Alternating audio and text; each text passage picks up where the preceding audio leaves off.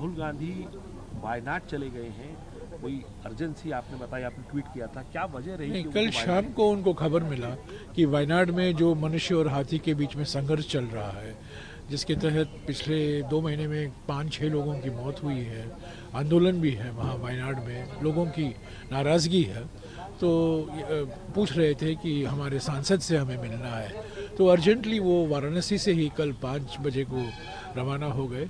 हमें स्थगित करना पड़ा। आज 36वां दिन है। आज दोपहर को आज सुबह तो वायनाड में रहेंगे, दोपहर 3 बजे को प्रयागराज आनंद भवन से फिर से भारत जोड़ो न्याय यात्रा की शुरुआत होगी।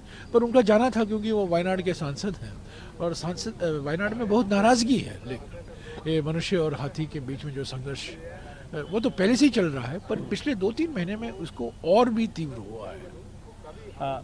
सर, इसके अलावा यात्रा तो कल शाम का जो यात्रा था भदोई में, उसको हमें स्थगित करना पड़ा और आज सुबह जो भदोई में वो कालीन वालों संस्थाओं से मिलने वाले थे, उसको भी हमने पोस्टपोन किया है। आज शाम को मिल लेंगे प्रयागराज में।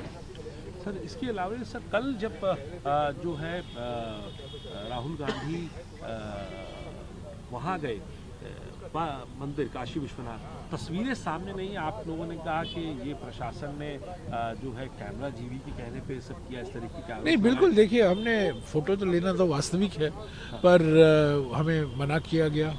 कैमरा जीवी जो दिल्ली में बैठे हुए हैं, वो चाहते हैं कि ये तो 1 नेशन 1 फोटो का देश है, पर 4 घंटे बाद उन्होंने हमें कुछ फ़ोटो भेजा जो उन्होंने लिया था और वो राहुल जी का था। वो सिक्योरिटी गार्ड के साथ जो मंदिर में प्रवेश कर रहे थे, गर्भगृह का नहीं था।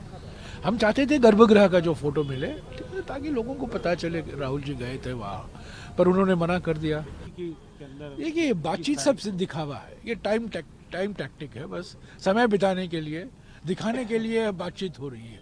सरकार की कोई मंशा नहीं है, कोई इरादा नहीं है। एमएसपी को कानूनी दर्जे देने का कोई इरादा नहीं है।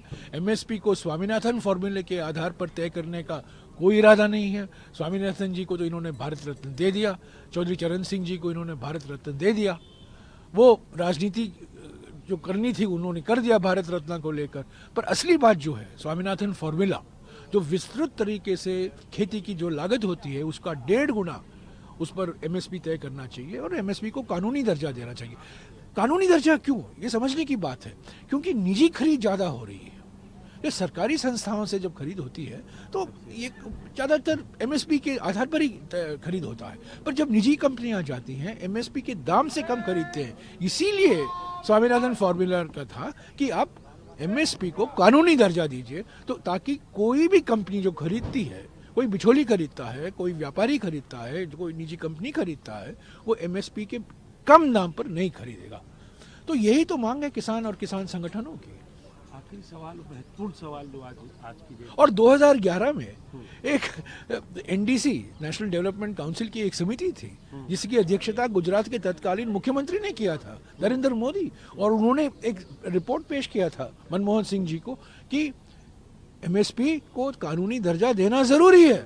2011 में नरेंद्र मोदी की नेतृत्व वाली समिति ने ये सिफारिश की थी। आज वही प्रधानमंत्री तो कई यू टर्न लिए हैं, जीएसटी पर यू टर्न लिया, महात्मा गांधी नरेगा पर यू टर्न लिया, आधार पर यू टर्न लिया, पर ये एमएसपी की कानूनी दर्जा पर भी इन्होंने यू टर्न लिया। हमसे जुड़े रहने के लिए हमारे YouTube चैनल को सब्सक्राइब करें और नई वीडियो की नोटिफिकेशन के लिए बेल आइकॉन को दबाएं।